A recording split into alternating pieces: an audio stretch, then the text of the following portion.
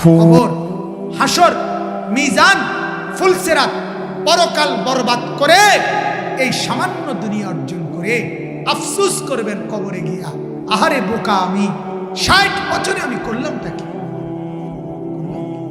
হায় হায় বেকুব আমি কি করলাম?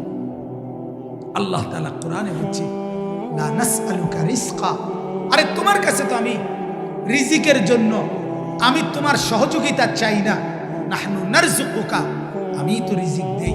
তুমি দেখো না, অন্ধ, পঙ্গু, বিকলাঙ্গ, প্যারালাইজড, বৃদ্ধা, কোলের শিশু, বাচ্চা, আমি এরকম কোটি কোটি আমার বান্দাকে যে দিনকে দিন মাসকে মাস খাওয়াই, তুমি বাকি দি শক্ত সামর্থ্যওয়ালা যে কয়জন বুঝিয়ে এগরে খাওয়াইতাম গেলে আমি আটকে যাব না। কথা বলেন না কেন? তাহলে তুমি কি ভাবছ? এজন্য বাপ আখিরাতের ফিকির করো। আল্লাহ তাআলা কোরআন কারীমের মধ্যে বলছে, কিছু মানুষ আছে যাদের চোখ আছে কিন্তু দেখে না, কান আছে কিন্তু শুনে না, দিল আছে কিন্তু বুঝে না। তাহলে চোখ থাকলে আবার দেখবে না কেন? কান থাকলে আবার শুনবে না কেন? অন্তর থাকলে বুঝবে না কেন? আল্লাহ তাআলা বলেন, যে চোখ আল্লাহর কথা, আখিরাত, ইবাদতের জায়গা এটাই দেখে না, ওই চোখ যেন দেখে না। যে কান আল্লাহর কথা শুনে না, ওই কান আসলে কিছুই শুনে না। যেই অন্তরে আল্লাহকে নিয়ে ভাবে না, ওইটা আসলে অন্য যত ভাবনাই ভাবুক, মূলত এটা ভাবনাই নাই, ভাবেই না। আল্লাহ তাআলা বলেন, এর পরিচয় কি? উলাইকা কাল আনআম, আল্লাহ তাআলা বলেন এটা মূলত মানুষ না, জানোয়ার। কি বলেন? সবাই বলেন কি? ঠিক না, মানে জানোয়ার, এটা কর, এটা জানোয়ার, এটা হাইওয়ান। বাল হুম আদাল, আল্লাহ তাআলা বলে এটা শুধু জানোয়ার না, তার চাইতো নিকৃষ্ট, তার চাইতো নিচে, তার চাইতো অপদস্থ। এজন্য সোজা হিসাব, যে কান আল্লাহর কথা শুনে না, যে চোখ আল্লাহর দিন, ইবাদতের জায়গা, মসজিদ, কোরআন, হাদিসের কিতাব, দ্বীনি মজলিস, এটা যার চোখে পড়ে না, যার কানে শুনে না, যার অন্তর ভাবে না, এটা মানুষ। মানুষ আমাদের জিন্দেগি এটাই, লাগাম ছাড়া অভিভাবক, বেপরোয়া, বেখবর, যার ফলে এই হালাত। একজন মা বাপ যদি ভাবত সন্তানের প্রতি আমার জিম্মাদারিটা কি, তাহলে প্রথম দিন, যেদিন প্রথম স্ত্রীর গর্ভে সন্তান আসছে, বুজুর্গানে দিন আল্লাহওয়ালারা বলে সেদিনই স্ত্রীর উচিত নেক কল্পনা করা, নেক ভাবনা ভাবা, তাহলে ওইটাও সন্তানের উপরে, পেটের বাচ্চার উপরে আসর করে, প্রভাব ফেলে। এমনকি বুজুর্গানে দিন এটা পর্যন্ত বলছে, যেই নারীর পেটে বাচ্চা, ওই নারী যেন আল্লাহ নবী সাল্লাল্লাহু আলাইহি সাল্লামের চেহারা, সৌন্দর্য, নবীজির গঠন, ওইটার কল্পনা করে, তাহলে আল্লাহ তাআলা সেই বরকত ওই বাচ্চার মধ্যে দান করে। এটা আল্লাহ ওয়ালাদের কথা, বুজুর্গদের কথা। এই জন্য আজকে একটি বাচ্চা, সন্তান, তার মায়ের পেট থেকেই ইসলাম দিক নির্দেশনা দিছে, কি করবেন, জন্মের সময় কি করবেন, 7 দিনের দিন কি করবেন, 2 বছরে যখন কথা বলবে তখন কি বলাইবেন, যখন 7 বছরের আগে কি করবেন, 10 বছরের ভিতরে কি করবেন, যখন প্রাপ্তবয়স্ক সাবালক হবে ছেলেটি মেয়েটি, তখন কি করবেন। ইসলাম এটা পাই পাই করে আল্লাহর কোরআন এবং রাসূলের সুন্নাত বলে দিছে, কিন্তু গাফেল মা বাপ এটা জানেই না।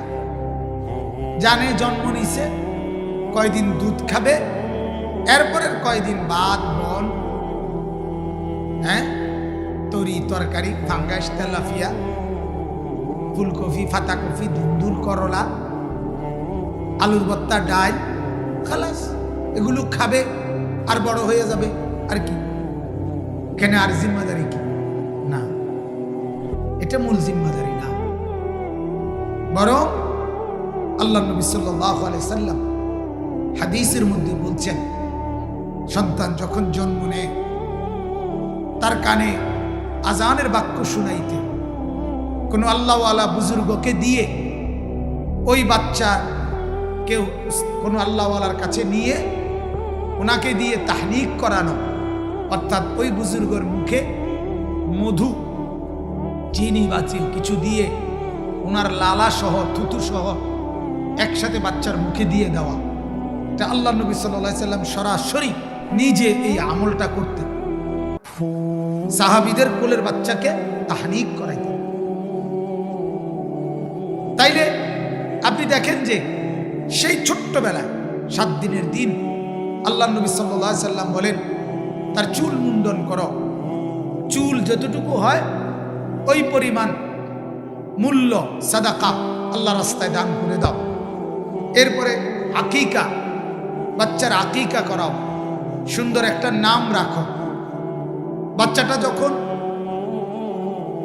কথা বলা শুরু করবে, আল্লাহ নবী সাল্লাল্লাহু আলাইহি সাল্লাম বলেন তার প্রথম সবক মুখ দিয়ে হবে কালেমা লা ইলাহা ইল্লাল্লাহ। যখন 7 বছর বয়স হবে তার আগেই তাকে নামাজ চিনায়া দাও, নামাজের পরিচয় করায় দাও। 7 বছর বয়স থেকেই নামাজ পড়তে বলো। 10 বছর বয়সে বাধ্যতামূলক যে কোনো মূল্যে ধমক দিয়ে, শাস্তি দিয়ে, শাসন করে হলেও নামাজে বাধ্য করো, বিছানা আলাদা করো। যুবক যখন হয়, মানে বালেগ, যেদিন থেকে গোসল ফরজ হয় সেদিন থেকে 1 সেকেন্ডের হিসাব আমল নামায় হয় গুনাহ নয়তো নেকি লিখা হবে, এটা তাকে বুঝায় দাও। তার পুরা দিন তাকে শিখায় দাও। এইভাবে পাই পাই করে, তিল তিল করে, আমি সংক্ষেপে বললাম, আরো অনেক কথা আছে। আল্লাহ তাআলা নির্দেশনা দিলেন, রাসূলুল্লাহ সাল্লাল্লাহু আলাইহি সাল্লাম নির্দেশনা দিলেন, কিন্তু মুসলমানের আফসোস, ওনাদের আব্বা মা অধিকাংশই জিজ্ঞাসাও করে না কোনো আলেমকে, হুজুর আমার যে বাচ্চা হইল, এখন আমার করণীয় কি? আমার করণীয় কি?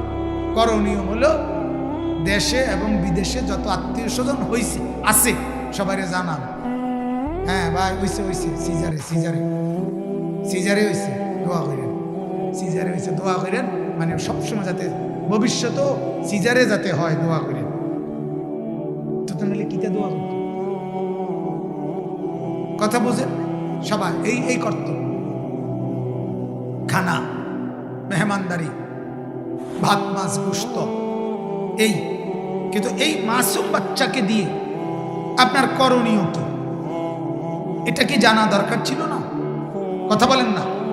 ছেলেটাকে নিয়ে, মেয়েটাকে নিয়ে আপনার করণীয়টা কি? করণীয়টা কি? আফসোস, যার ফলে ছেলেপেলেদের এই হাল, এই জিন্দেগি। অথচ এরা জানে এদের মা বাবা এখানে আছে, এলাকায় আছে, এরা তো নর্থ বেঙ্গলের ছেলে না। কথা বলেন না? এই ছেলেগুলো এরা কি রংপুর থেকে আসছে? কেন? এরা নর্থ বেঙ্গলের, এরা এই এলাকার ছেলে। তাহলে এদের মা আছে, এদের বাপ আছে, এদের চাচা আছে, এদের জ্যাঠা আছে, মামা আছে, ফুফা আছে, এতগুলো মানুষ যাদের মাথার উপরে ছায়া, এদের আখলা কেমন হবে কেন? কথা বলে, এরা এমন বদ আখলাক হবে কেন? মা কিভাবে কথা বলে, বাবা কিভাবে কথা বলে, মুরব্বীরা কিভাবে কথা বলে, এর এদিকে এক বিন্দু নজর নাই। তার সমবয়সী বন্ধু মোবাইলে উলঙ্গ ছবি, গেমস এবং নষ্টামি আর নর্তকীর ছবি, উলঙ্গ নাচ গান, এই এক জানোয়ারের জিন্দেগি তার জীবন। জীবন মানে হাইওয়ান, জীবন মানে পশুর মতো। হায় হায় হায়, সারাদিন লম্পটের মতো উলঙ্গ ছবি নাচ গান দেখে শরীর নাপাক, শরীরের মধ্যে অপবিত্র এই দেহ নিয়ে মা বাবার ঘরে ঘুমাইতে যায়। মা বাপ তাকায় তাকায় দেখে জানোয়ার আইসা ঘুমাইছে, এশার নামাজেরও খবর নাই, ফজরের নামাজেরও খবর নাই। মা বাপ এই ছেলেকে, এই মেয়েকে মাসের পর মাস পালতেছে, বাজার করতেছে, ভাত খাইতেছে, রান্না করতেছে। হায় মুসলমান, এটা বুঝি জিন্দিগি? এই টাকা পয়সা রোজগারের অর্থ বুঝি এই জন্তু জানোয়ার ফজরের নামাজ পড়ে না, এই অসভ্য এই ছেলে আপনার উপার্জনের টাকা খায়, মায়ের রান্না করা কষ্টের খাবার খায়, আর সারাদিন লম্পটের মতো নারী নিয়ে, ছবি নিয়ে, জেনা ব্যভিচারের দৃশ্য নিয়ে, আর বখাটে দুশ্চরিত্র দাঁড়িয়ে প্রস্রাব করে। চরিত্রের হদিস নাই, কথার কোনো আগা মাথা নাই, চুলের কোনো ঢক ঢুক নাই, খারাইয়া মতে না বইয়া মতে তার কোনো চাল চরিত্র নাই। ছি ছি ছি ছি মিয়া, একজন মুসলমান আপনি ভাবা উচিত আপনি এটা মানুষ বানাইতেছেন না জন্তু করতেছেন। জীবনের অর্জন কি? আরে জীবনের অর্জনটা কি মিয়া?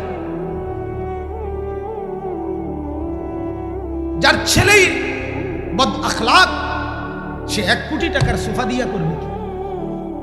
কথা বলেন না। যার মেয়ে অসভ্য দুশ্চরিত্র, যে মেয়ে বেহায়া, যেই মেয়ে সারা রাত আরেক ছেলের সাথে অশ্লীল আলাপ করে মোবাইলে, ওই জানোয়ার পাইলা 1 কোটি টাকার বাড়ি করে আপনার ফায়দা কি? কথা বলেন না। যার বিবিরে পুরা গ্যারাম দেখে, রাস্তার ড্রাইভার, রাস্তার বখাটের ছেলে, সবাই যার স্ত্রীকে মেয়েকে দেখে হাসে, টিটকারি করে, মস্কারি করে, এই পুরুষের জীবন বেঁচে থাকার চাইতে ওই পানিতে ডুব দিয়া মরে যাওয়া ভালো। মরে যাওয়া ভালো বেটা। আপনি বলেন না ছেলেদের কি বলে, কি মজা পাইছে এই পর্যন্ত? হাজার হাজার মোবাইলের মধ্যে বেডি দেখা কি সুখ পাইছে? মিলছে কি জীবনে? বলে অশ্লীলতার মধ্যে সুখ কি? গুনার মধ্যে সুখ কোথায়? নর্তকীর নাচের মধ্যে সুখ কোথায়? সে সুখে আছে?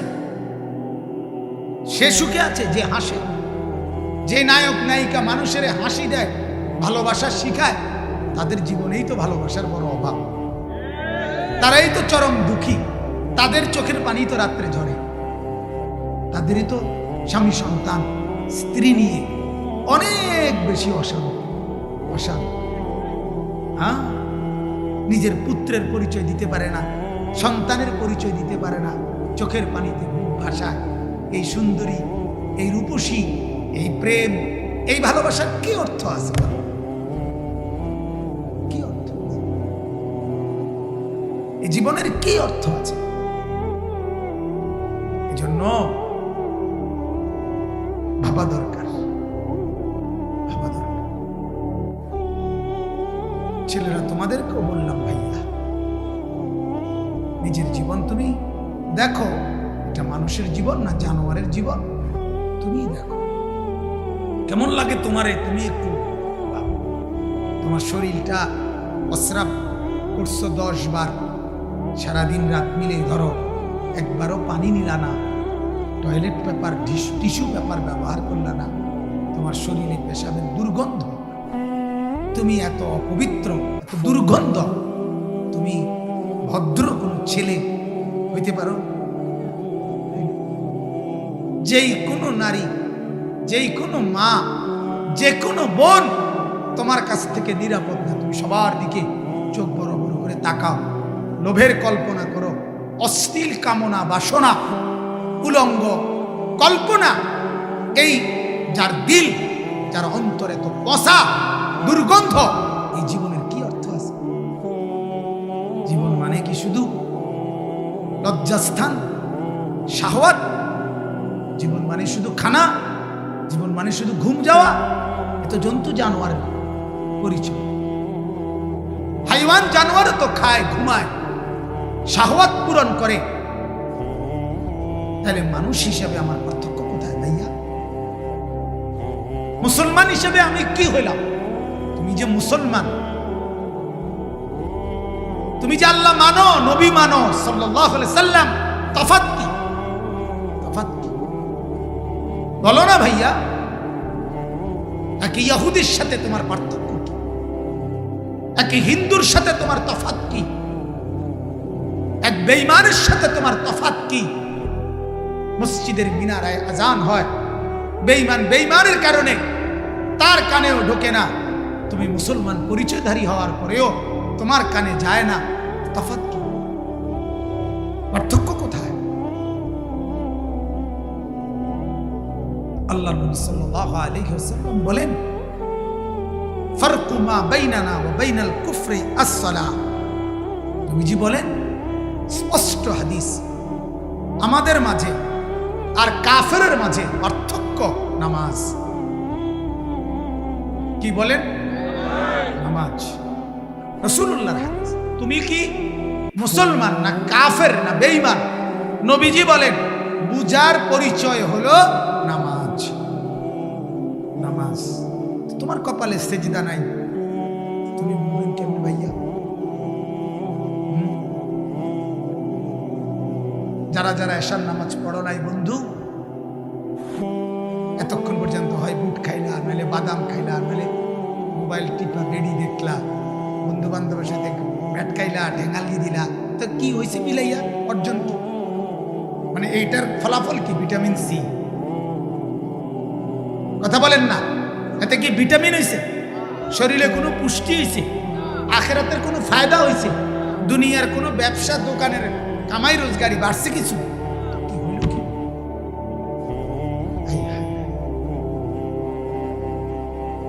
ইন্নাল্লাযীনা ইউহিব্বুনা আন তাশিআল ফাহিশা ফিল্লাযীনা আমানু লাহুম আযাবুন আলীমুন ফিদ দুনিয়া ওয়াল আখিরাহ ওয়াল্লাহু ইয়ালামু ওয়া আনতুম লা তা'লামুন। কোরআনে আল্লাহ বলেন, যাদের দ্বারা সমাজে, মুসলমানের পরিবেশে, ইমানদারদের সমাজে অশ্লীলতা, ফাহেশা, বেহায়াপনা, নির্লজ্জতা প্রসার লাভ করে, আল্লাহ তাআলা বলেন আমি তাদের জন্য দুনিয়াতেও, ফিদ দুনিয়া ওয়াল আখিরাহ, দুনিয়াতেও আখিরাতেও বড় মর্মান্তিক আযাব রেখেছি। কষ্ট তুমি আখিরাতেও পাবা, কষ্ট তুমি দুনিয়াতেও পাবা। দুনিয়াতেও হাজারো নারী দেখে মজা পাইয়া লাইছ, তো এটার কষ্ট দুনিয়াতেও দুনিয়াতেও আখিরাতে তো আছেই, দুনিয়াতেও আছে। ফিদ দুনিয়া ওয়াল আখিরাহ, কোরআনের স্পষ্ট আয়াত। এজন্য বাপ মেহেরবানি করে আজকের জন্য না, শুধু সব সময়ের জন্যই বললাম, তো আগার মেয়েরা নেই বানতা না বল আপনা তো বল। একজন ছেলেও যদি বোঝো ভাই, তাহলে আমার সার্থক। একজনই বোঝো ভাই, আল্লাহ পাক যদি বুঝ দান করে। কথা এটাই, তুমি আমার জন্য কোনো উপকার করো না, তুমি দেশের কোনো উপকার করো না, সমাজের যদি কিছু করতে না পারো করিও না। আপনা তো বান, নিজের জন্য তো কিছু করো, নিজের ভালোটুকুই করো, নিজের কল্যাণটাই করো না ভাইয়া। আর 10 জন ভালো মানুষকে জিজ্ঞাসা করো যে উলঙ্গ ছবি, নর্তকীর নাচ, জিনা আর ব্যভিচারের দৃশ্য, গান বাদ্য, গেমস, এরপরে লম্পটের মতো রাস্তায় ঘোরা, এটা কি সম্মানের কোনো বস্তু দুনিয়াতে কিনা? জিজ্ঞাসা করো ভাই। পৃথিবীতে এটা করে কেউ দামি হয়েছে কিনা? আখিরাত বাদ দাও, দুনিয়ায়। কথা বোঝেন নাই আমার? এটাই জিজ্ঞাসা করো, তোমার এটার গন্তব্য কোথায়? যে ছেলেটা বখাটে, যে ছেলেটা দুশ্চরিত্র, যে ছেলেটা সারাদিন সারা রাত মোবাইল নিয়ে উলঙ্গ ছবিতে ব্যস্ত, এই জানোয়ারের ভবিষ্যৎ কি? এই হাইওয়ানের ভবিষ্যৎ কি? আখিরাত তো বাদ দেন, দুনিয়া কি? লোভের পরিণতি কি হয়? অশ্লীলতার পরিণতি কি হয়? বেবিচারের পরিণতি কি হয়? জিনা বেবিচারের পরিণতি কি হয় বলে? নেশার পরিণতি কি? জুয়ার পরিণতি কি? জুয়া পৃথিবীতে কাউকে দামি বানায় নাই, সর্বশান্ত করছে। নেশা কাউকে দামি বানায় নাই, বরং তার পুরা ভেতরটা কুড়ে কুড়ে তারে নষ্ট করে দিছে। নারীর প্রতি প্রেম, অশ্লীল সম্পর্ক, বিবাহ বহির্ভূত অবৈধ সম্পর্ক তাকে কিছুই ফায়দা দেয় নাই, বরং তার যৌবনের শক্তিটাকে নষ্ট করে তারে পঙ্গু অচল বানায় দিছে। কি হলো ভাইয়া? দুনিয়ার লাভটা কি? আখিরাত তো পরে। এই আপনারা যারা টেলিভিশনে নাটক সিনেমা দেখেন, আপনাদের অর্জন কি হয়েছে? সিনেমার যত নায়িকা দেখছেন, এর দ্বারা ফায়দা কি? আপনার বউ এবারের মতো হয়েছে, আপনার মাইয়া তো কি তা লাভ হয়েছে? কি ফায়দা কি? উলঙ্গ নাচ দেখে, নাটক আর সিনেমায় নর্তকী দেখে অর্জনটা কি? দেশের অর্জন কি? বাংলাদেশ অর্থনৈতিকভাবে সমৃদ্ধ হয়েছে। কি কর? ঘূর্ণিঝড় মোকাবেলা করতে সুবিধা হয়েছে। করোনার মোকাবেলায় সুন্দরী নারীদেরকে দাঁড় করাইয়া এটাকে প্রতিহত করা হয়েছে। তো কি হয়েছে? দুনিয়ার উন্নতি কি? কিছুই তো। আখিরাত কোথায়? দয়া করো ভাইয়া, দয়া করো। মা যদি নাও বলে আমি বললাম, বাবা যদি নাও বলে আমি বললাম, কেউ না কেউ বলে তো আমি বললাম। তুমি তোমার উপরে রহম করো। মা হয়তো তোমারে বলল না, বাবা হয়তো নজর রাখলো না, যার কারণে তুমি এভাবে নষ্ট হয়ে গেলা। রাস্তায় রাস্তায় ঘুরতে ঘুরতে সুন্দর এই যৌবন শরীর বরবাদ করে দিলা। ক্ষতি করলা নিজে, ক্ষতি। আল্লাহ তাআলা আমাদের এই নওজোয়ান তরুণদেরকে মানুষের মতো ইনসান হওয়ার, মানুষ হওয়ার তৌফিক দান করেন। মানুষের মতো মানে আল্লাহ নবী সাল্লাল্লাহু আলাইহি সাল্লামের মতো, সাহাবায়ে কেরামের মতো, আউলিয়াদের মতো, উলামাদের মতো, আল্লাহওয়ালাদের মতো আল্লাহ যেন কবুল করে। আল্লাহ চাইলে হবে, অসম্ভব কিছু না, অসম্ভব কিছু।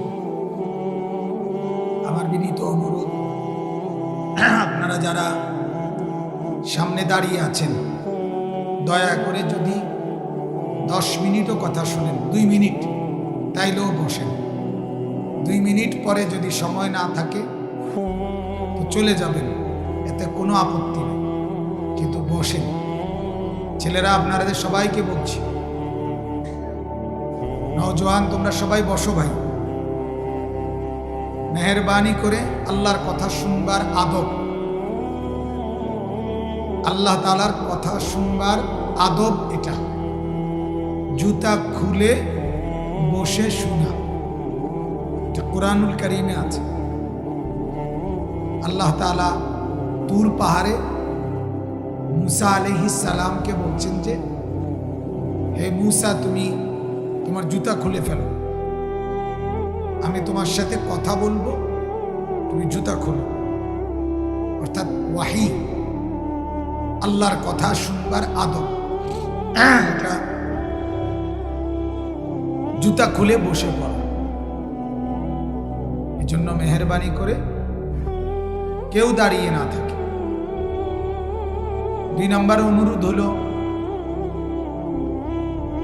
যারা বসছেন নিচে কিংবা পাশের চেয়ারে, উপরে, সবার কাছে আমার অনুরোধ, বিশেষ করে ছেলে বয়সী যারা, তোমাদের কাছে ভাই আমার বিনীত অনুরোধ, সর্বোচ্চ 1 ঘন্টা সময় আমি অনুরোধ করছি, আবেদন করতেছি। 1 ঘন্টা সময়ের বেশি লাগবে না ইনশাআল্লাহ। এইটুকু সময় আমি প্রার্থনা করছি, শুধুমাত্র আল্লাহর ওয়াস্তে, আল্লাহর কোরআনকে ইজ্জত করে, সম্মান করে, পরস্পর কথা না বললে ভালো হবে। দয়া করে ভাই অনুরোধ, ভিতরে যারা বাহিরের এই গাফেল, বাহিরে কিছু গাফেল সব সময় ছিল, থাকবে।